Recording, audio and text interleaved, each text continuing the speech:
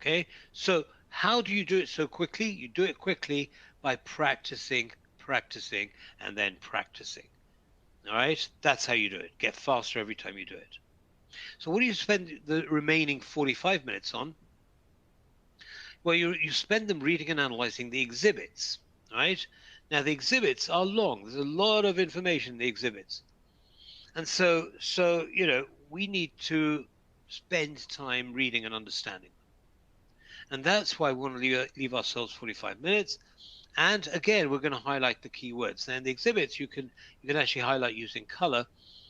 In the WP, you can only highlight using bold by bolding it. Okay, bolding the words. So take your time with the exhibits. Okay, you got 45 minutes. Take your time. The aim is really not to have to keep coming back to it. Okay, the more time you spend reading them, the more you will remember when you're writing your answers. You may not remember all the details. You may need to go back and check something, but you'll know there was something about composition. You know there's something about, I don't know, internal audit or whatever it is, right? And you go back and you say, oh yes, that was it, and you'll have highlighted that, right? You'll have highlighted it, I don't know, yellow or something, yellow highlighter. So it'd be easy for you to find. Don't highlight everything, by the way. I know students who just highlight everything in the exhibits. You think, well, what's the point of that? The whole point of highlighting is so that when you go back to exhibits, okay, you know exactly what to look for. You highlight everything, have to read the whole exhibit all over again. You know, useless. So don't do that, please. Now you're ready to start the exam. Okay, so you've got 3 hours in which to do the exam.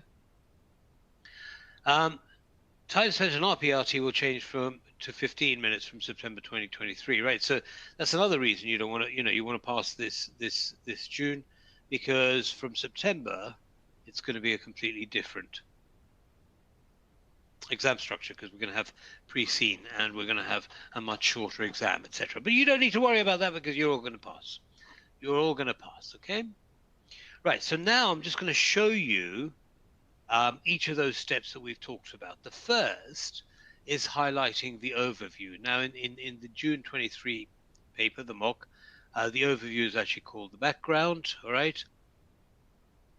And you see I've been able to highlight these words. Now, let me explain which words I've highlighted and why. And I'm not going to do it for all of them. I'm just going to give you a few of them to give you the idea of what I'm using as my criteria to highlight something. So, you have recently been appointed. I've highlighted recently because you're new, right? You're new to the organization. You don't know much about it. People don't know you, all right? The way you present yourself, if you're asked to write a report, okay, you need to be a bit more formal, perhaps. Okay, the way you communicate, engage with other people will be perhaps different than if you'd been there for longer. There may be lots of stuff about the organization that you don't know. So that's why I've highlighted it. Strategic planning advisor. Okay, so now you're told who you are, your role. You actually work there. This organization is called Thursdays. Okay, so this is important because when you produce your reports or your briefing paper, it says from, right? You always say from strategic planning advisor, right? Don't say from Fred or from Mary. You say from strategic planning advisor. Okay.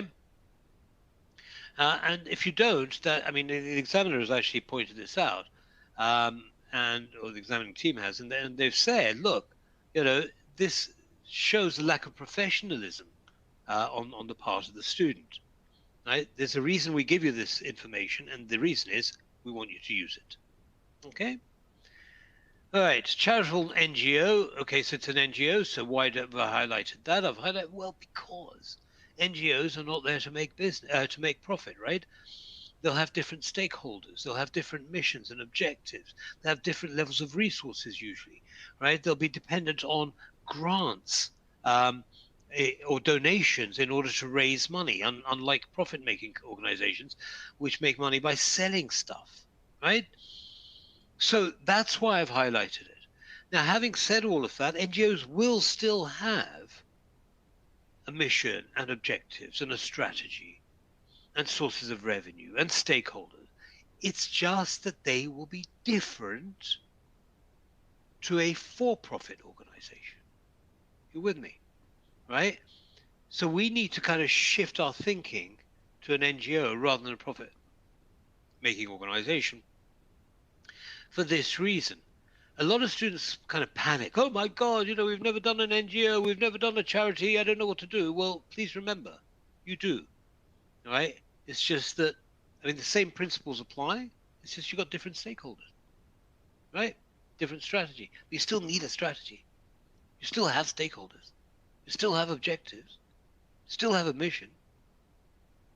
Okay, all of those principles that you learned about managing those apply to NGOs as well. Okay. Right, based in the developed country of Norland, the reason that this is important is because it tells you something about the availability of communications and transportation infrastructure. All right, communication and transportation infrastructure.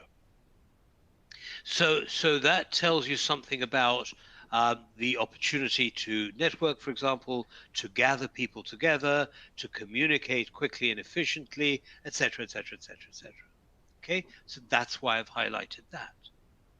Okay, emergency deliveries of bottled water. That's what these guys do, right? They deliver bottled water to people who are desperate. They've suffered some kind of um, natural disaster, something like that, right? So they've got to get their act together really quickly and get this water out to them. Okay, so they need to be organized.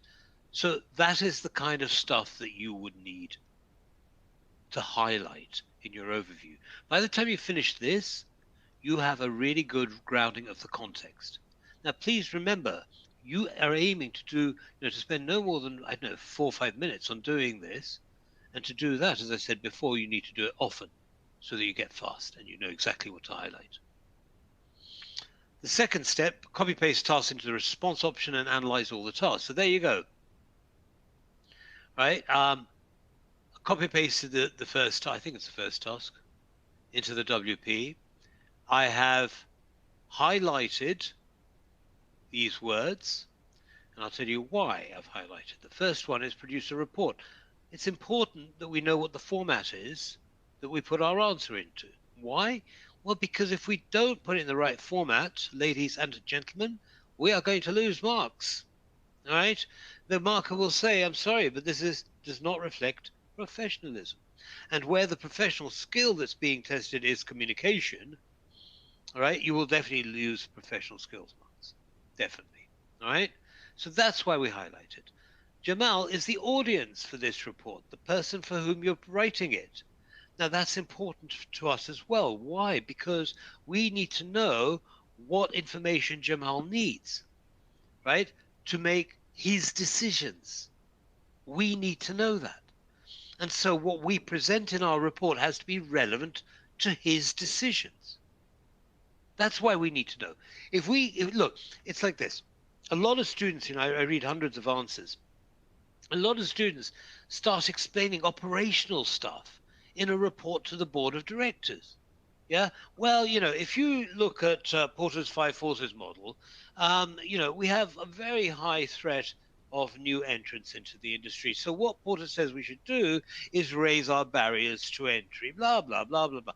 And the board of directors will be looking at you and they'll be saying, I'm sorry, we don't care. I want to know from you, or we want to know from you, what is our threat and what are we going to do about it? How you do your analysis is not what we're concerned about, right?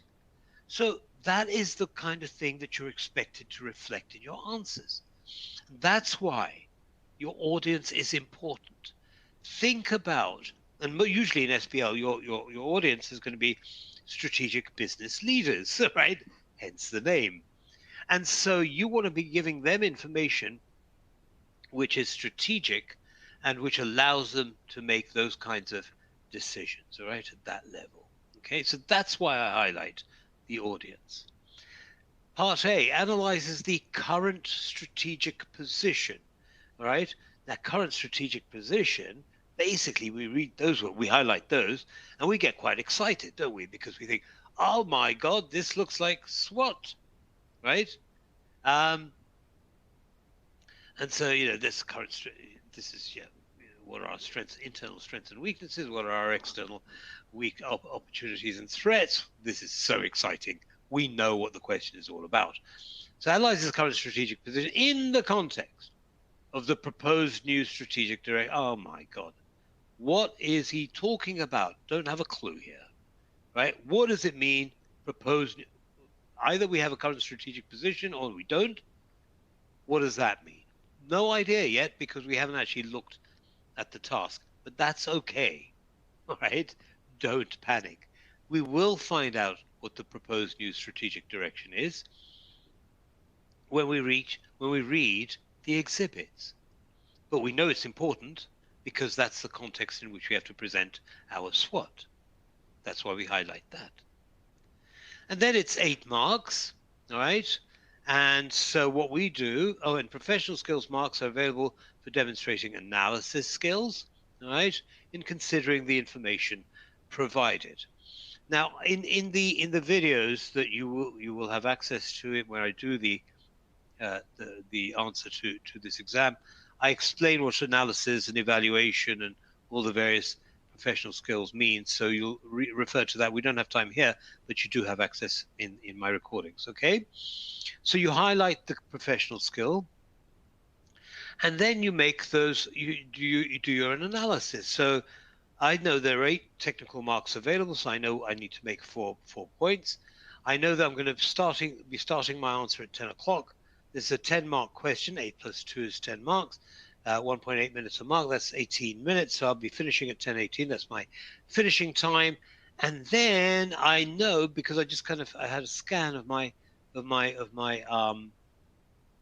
exhibits there, and I see that there's an exhibit. It's probably the information there is probably coming from exhibit 3. Or yeah, don't know. We're just guessing at the moment, right?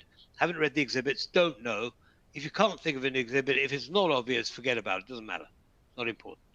Okay, and that's it. That's your analysis of the task, and you simply repeat that. All right, you simply repeat that for the rest of the tasks. And then you go on to analyzing the exhibits, okay? And, I don't want to spend too long on this. It's simply this repetition of what we did with our overview, okay? So exhibit here, first stage, this is, their mission, okay? It's the largest water supply charity. It's got some staff, 25 people. It's important in a charity because that's, staff you have to pay. Volunteers you don't have to pay, right? So you need money coming in to pay these guys, okay? And they get to any country within 48 hours. So they obviously got pretty good structure and systems and communications and networks and all kinds of stuff. So that's interesting to know, all right? And then I highlighted something about the governance, who the chairperson is and how many trustees there are. Trustees in an NGO are pretty much the same as non-executive directors in a for-profit organization.